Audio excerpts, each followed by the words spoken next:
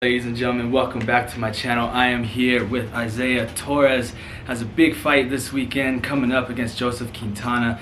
We went to high school together. He graduated a year before me. So Isiah, just go ahead, take me through what you're feeling as fight week is coming upon us and coming to an end. So fight week, it's a lot of recovery, not so much hard sparring. You don't want to risk any stupid injuries or anything like that. So fight week's a lot of recovery.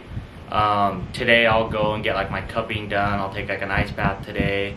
I always write notes throughout camp, so I'll always look back at those. I personally get really anxious, so I'm always looking at what Joseph's good at, what I'm good at, and what our game plan is, and I always look that up all of fight week. And so pretty much now just waiting. I'm weight cutting, so we'll have to deal with that too, but other than that, it's just pretty much recover this week. Awesome. Now, speaking on that, what would you say is probably the most difficult part of camp and the best part of camp? The best part of camp for me, I think, is just learning new stuff, growing in every aspect: jiu-jitsu, wrestling, striking, getting all the rounds, helping other people get better. I have a couple teammates on the card too, so helping them get ready as well. Nice. The worst part for I think every fighter is the weight cut, if you do weight cut. But for me, it helps me stay on a strict diet, stay on a strict sleep pattern, on a lot of stuff like that. So the weight cut could be good and bad because it does discipline me, but nobody likes cutting down that much weight and stuff. So it's a hit and miss, but I think that is the worst. For sure, yeah, it's definitely a struggle. Yeah. For a lot of fighters actually. So I just want to kind of go back, like I mentioned, we went to high school together. What would you say got you in to actually competing in the sport of mixed martial arts, Muay Thai, boxing? What would you say was the thing that kick-started it for you? For me, I had always watched UFC growing up. I was always a big Uriah Faber fan. Cool. So I watched him when he fought Burrell. He lost, but just watching that, I was like, oh, that's kind of cool. But I was doing baseball and a bunch of high school sports. Yeah. And so as soon as that ended, you too, knowing as soon as when sports are actually over, you're well, sure, what do I do now? You know what I mean? Yeah. And my aunties started dating a guy named Adam Martinez. He's a father figure to me now. Nice. And he had fought for the same promotion, Top Shelf. He was the main event against a guy from Jackson's down in New Mexico. Oh, yeah, for sure. So I went to go watch him doing that, and just watching the atmosphere, how happy everybody was, seeing him fight, and how nerve-wracking it was, just the whole lead up. Kind of made me want to do it. So he was well, try out a couple gyms in Pueblo, sure, see how you like it. And yeah. I started liking it and just growing, and finally it all just clicked. And when I turned 18, I was able to actually do my first MMA fight, and I did it, and man, I just loved it, and I just wanted to continue training and growing in every aspect. Working with Adam, working with all these guys that I have. Jeremy Kimball, he was in the UFC, so he took me to Vegas. I went to performances too, so seeing just how hard all those dudes work, kind of just made me want to train more and more and more. Cool. Now, as I mentioned, you have a lot of different strengths in your arsenal. What would you say is probably your most experienced in? What asset of fighting do you think man, I gotta get this here, or I gotta keep this on the feet, on the ground, stuff like that? Yeah, so when I originally started, I had just done jiu-jitsu, and I kind of just wanted to do jiu-jitsu competitions. I really didn't want to fight technically. Sure. But then I had Coach Gabe back at my first gym at Pacific Warrior, and he's well, try striking. And striking, I picked up a lot faster than jiu-jitsu. I thought, because you could do it anywhere. You could just shadow box. You could shadow box at your house. You could shadow box in the mirror. Definitely. So I think that started clicking, and I started getting more of a hold of it, and it just started to grow on me. And from that, and then I went with Jeremy Kimball, who's a really good striker. He's been to Thailand and stuff. Yeah. So I just started clicking with him, and just growing with striking. So personally, I like striking, but I try to use my jiu-jitsu to negate wrestlers, I guess, because I'm never gonna be able to get all the knowledge of dudes who have been wrestling in high school and college. I'm never gonna be able to get that because I never did that in high school. Right. But I could use my jiu-jitsu to kind of counteract that, to get back up and start striking. So that's what I think this fight will be too. Is I'll start striking, and then I'm sure once he starts feeling that, he's gonna want to start shooting. Okay. And worst case, I do end up on my back. My jiu-jitsu's I think a lot better than his, so he's either gonna have to stay down there and defend submissions, or want to try to get back up, which would be my world in striking. For sure. Now, obviously, UFC has a wide range of UFC fighters, but not just UFC, Bellator, ONE FC, all the different fight promotions. What fighter do you think you implement your style after? So I started watching Peter Yan and how he uses his high guard really good. I really don't have like a fighter that I would say like, oh, that's what I wanted to be. Sure. You kind of like pick, like you'll see these things on Facebook like, oh, build a fighter. And that's kind of like what you have to do, like growing up, you see these fighters, like Dominic Cruz's footwork's insane. Yes. So seeing his, but then you look at like TJ Dillashaw, and he uses a lot more, like he goes forward but uses his footwork too, which I like to do too. But then I'm also like not afraid to be like, okay, like Peter Yan and use my high guard and just stay in the pocket the whole time.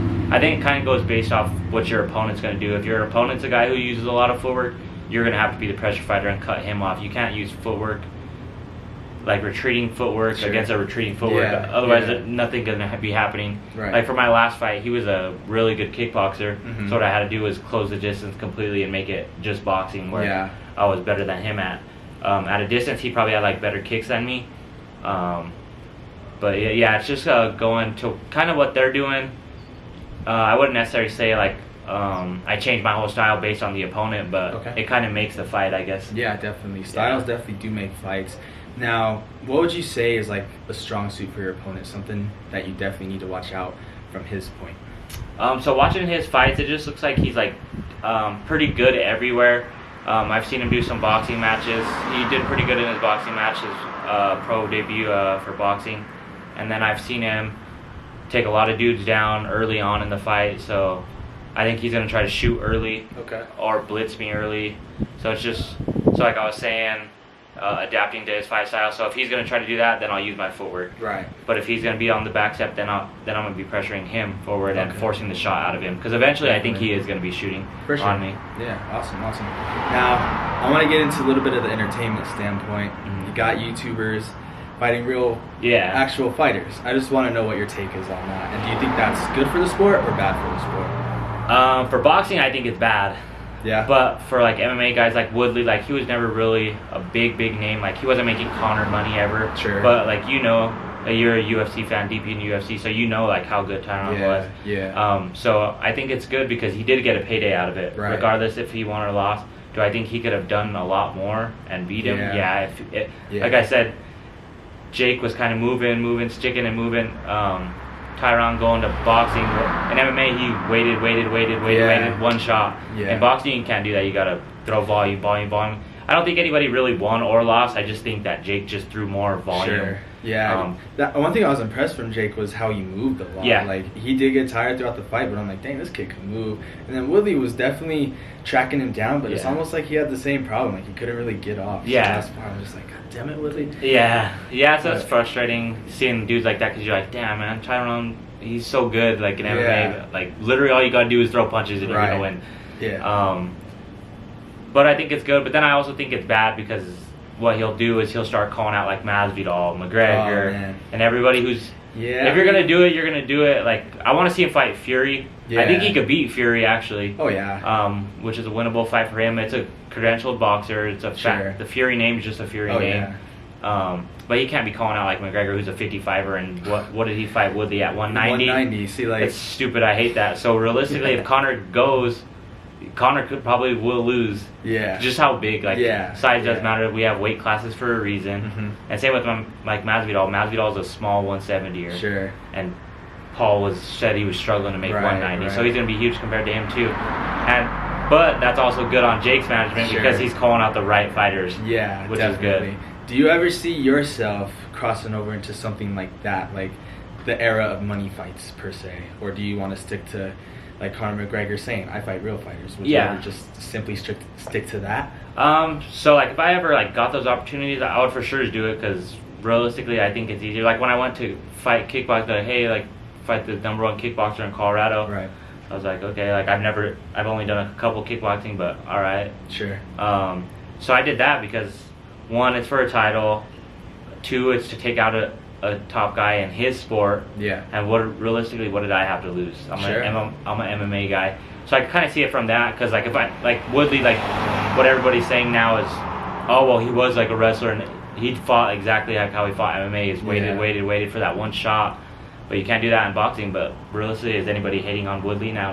No. They're just looking at, well, he did land the big shot on him. So the thing we were all looking for in that fight was him to knock out Jake. Yeah. He was like, we all thought the #1 guy to actually do the job. But yeah.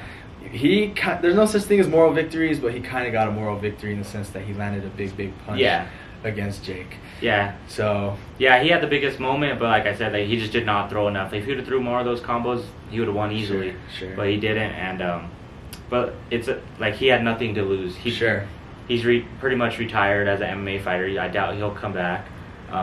So why not just go get another payday? And like, I call it like half of a sport, like boxing. Like in MMA, you got to worry about everything. Definitely. And boxing, okay, it's just sparring. To me, that's just sparring. So I was never worried. Like even when I kickbox and box, I was like never feared of getting knocked out because I spar with the same ounce gloves every Wednesday, every Saturday, like all the time. So I was like, that's just sparring to me. So for him to go spar and get like 10 million, I would too. I would too. So I wanted to ask, you're a born fighter. Does it kind of frustrate you that you see like these boxers and MMA fighters fighting against each other, but it has to be on the boxer's terms? Mm-hmm. You don't ever see the boxer coming into MMA besides James Toney, Randy Couture. Yeah. Does that frustrate you at all? It does because, like I said, like even Conor said it when he was leading up to the Floyd one. He's like, 50 million for half of a fight. Okay, sign me up. Where do I sign up? Right. And I think that's what it is. Is like it is half of a sport. Like, you're not worried about getting kicked. Like we'll have, like if I spar, like some boxers like will be like, hey, like can I do some MMA sparring? I'm like, yeah, sure, no problem. As soon as you hit one leg, their whole boxing is gone, realistically. Exactly. So that is frustrating for me. And like you said, you brought up the Tony thing, and Tony got killed in like a minute. Randy Couture just took him down, and like it was like a minute out right after. But Conor was going against one of the best boxers. Granted, he is like a defensive boxer, but he lasted 10 rounds. 10 rounds with him and won a few. Yeah. So I think seeing that, like, McGregor do that good against someone who like Pacquiao couldn't do that good against. Yeah, exactly. All these guys couldn't like do that good against, and he landed some. It kind of goes hit and miss because that does look good for MMA. Like I watch Brendan Schaub a lot. Yeah, he was me like, too. He's Shout like, out Brendan Schaub. Yeah, he's like Conor shouldn't be mad. Like he won rounds against like the greatest boxer ever. Sure. But then you look at it like, and as a fighter, like I'll be pissed because I got knocked out. Like Definitely. I got TKO'd. You know what I mean? Yeah. And then I think for like McGregor, I would be so frustrated, like knowing like, okay, once he hit like the 8th through the 10th, he started getting tired. He started getting bodied. Yeah. Started that, and for me personally, when I start getting tired, that's when I start driving kicks in hard to keep that distance. Yes. You can't get that distance Justin Gaethje style. When he's just boxing, you know what I mean? Okay, got it. And that's where like MMA fighters, I'll get my break. I'm like, okay, like this guy's pressuring. All right, teep up the middle real quick. Yeah. Now I got a split second. Now I can set up my boxing. Exactly. But him just going to straight boxing, and I'm sure because he's a really good kicker. Conor's a good kicker. I'm sure that started to like hit in. So it's frustrating, man. Do you think he can make a comeback? Conor? Yeah. Oh man, I hope. I had a lot of money on him. On both Poiriers. I was like, oh, he's gonna kill Poirier. But looking back at it, I was like, well, who could he have won against? Gaethje, who's a pretty good striker, but gets rocked a lot. Right. And gone through a lot of wars. So could he be chinny against Conor? I think that would have been a better matchup. For sure. But then you look and you're like, well, look at what Poirier did with leg kicks. He's not a known leg kicker. True.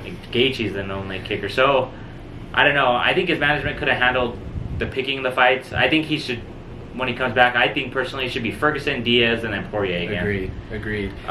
Because Ferguson, he's a big name still. Everybody knows him in the UFC. Like even when he fought this last one against Dariush, everybody's rooting for him. Everybody went crazy when he came out, and he looked terrible. Right. So, and they've always had this bad blood, and they were supposed to fight before too. Yeah, their management was managing both, and Tony felt like he was getting the good fights. Right. So like all that. So I think that you got to have a backstory for Conor to come back in. You can't just put him against. An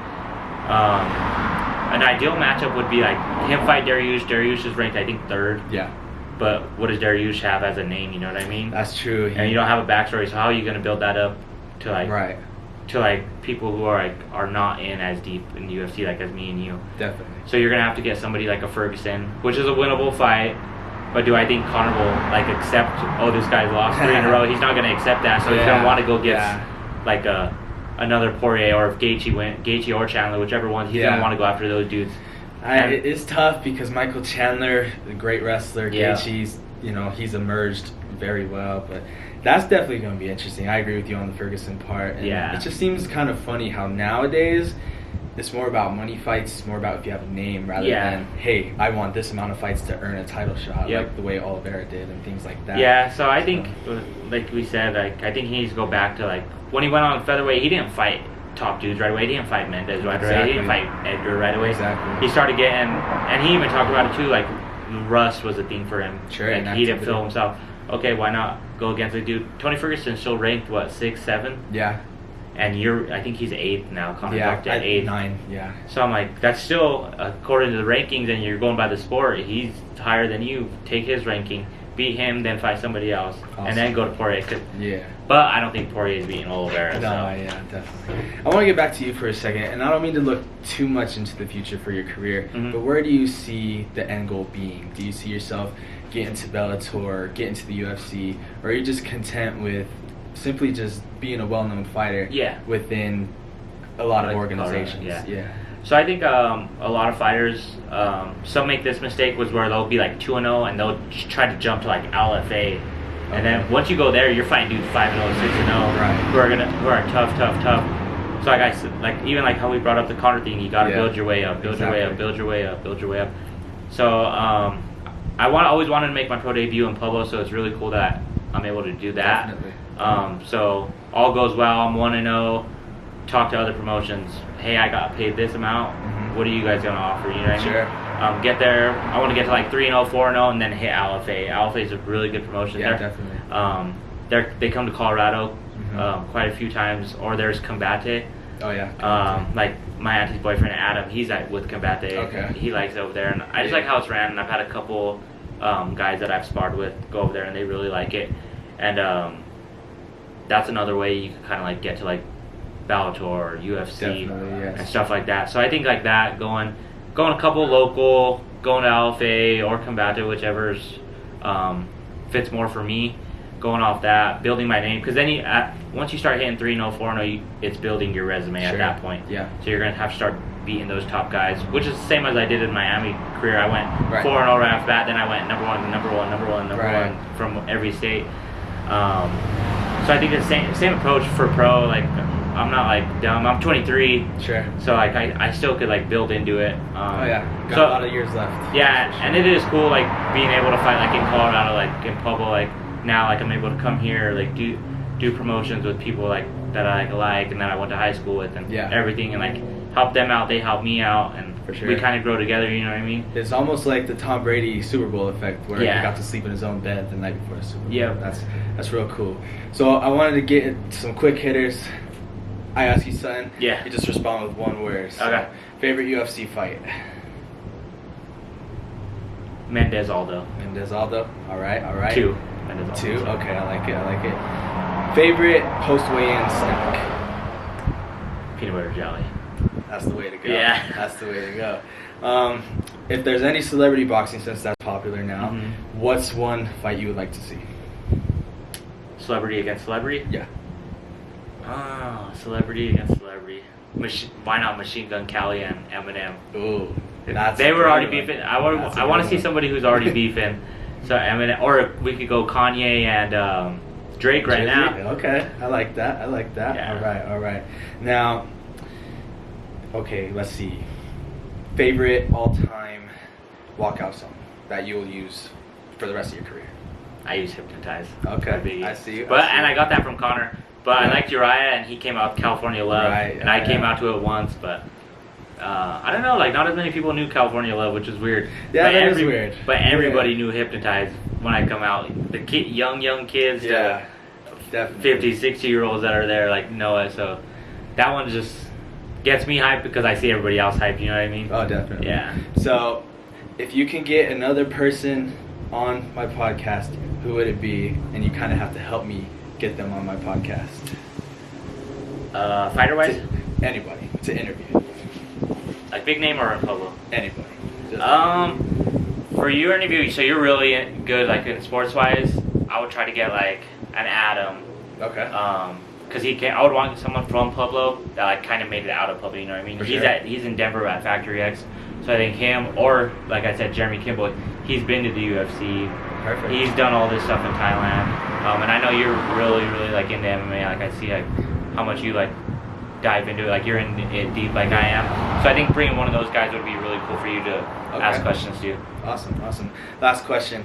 I just want to know what your mindset's going to be as you're making that walk to the octagon on Saturday, because not many people get to understand that feeling of walking through it. Like, I've heard many mixed feelings about it, that it's nerve-wracking, that it's the most exhilarating rush of your life. Yeah. What is it like for you, and how do you expect for it to be on Saturday? So when I walk out, I call it fake it till you make it. Okay. Because the whole time in the back, you're just like, oh man, like, even if you win, like I had this one where I threw a head kick and knocked this dude out right away, and my foot was swollen for like 2 months. Oh, shoot. So you never know, like, but then I've lost to where a dude like, I got out of it, but he knee barred me and I couldn't walk for like 6 months. So it's the unknown that you're nervous for. You're not nervous to fight because I've done it. Sure. Like I do it every Wednesday. I do it every day training. So I'm not nervous for the fight. It's the nervous for like the unknown. Like, okay, what if I land a 2 straight down the pipe, snap, break my hand? What if I Anderson Silva with my leg? That's my worst fear. That's my ultimate worst fear. I fear that for every MMA fighter. Yeah. I'm like, can we just ban leg kicks for like a few fights? Yeah, so that's why I call it fake it till you make it. And then as soon as you hit the cage, it's like the biggest rush. You see everybody. I get tunnel vision to like just my family. Sure. Cause I like look at them like they're like, some of them are crying, some of them are happy, they're all panicking. Definitely.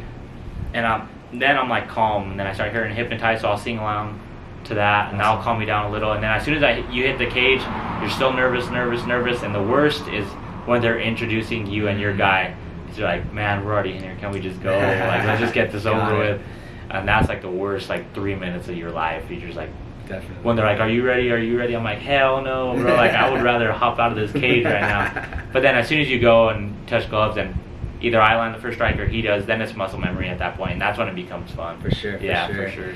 Final question. I know I said 2 more, but last No, one. you're We're good. going to end on this. What is your prediction for your fight on Saturday? So this will be a pro one, so it'll be 5-minute rounds, and I don't see Quintana getting past the first round. Regardless, if he takes me down, his jiu-jitsu is nowhere near my jiu-jitsu. So if he wants to go down there, we could, like, no problem. But I have a feeling it's going to be another head kick knockout. So Awesome. my last time I was in Pueblo, I had won by head kick knockout, and my pro debut, why not try to do the same thing? For sure. And I think that he has openings to what I was seeing that it is possible a lot of ways. I'll start setting up traps to get to that point, and when it's open, I'm going to take it. Awesome. Well, good luck, man. Right on. Appreciate Thank it. you. If you don't know, now you know. Isiah Torres fighting Joseph Quintana this Saturday. Get your tickets. Do you still have some? Hell no, I sold out. But there should be some at the door. Hopefully there's a few GAs left. Come support all the local fighters, and check out his page. I'll like, share it. Everybody else share it, like it too. He's from Pueblo East, right down here where I graduated. We're both just trying to make it big, get known outside of Pueblo, and that's what we're both helping each other do. So let's like and share this. Definitely. Appreciate it, guys. Like he said, like, subscribe, comment. This is a fight you do not want to miss. Keep an eye out for this man. He's a bad man.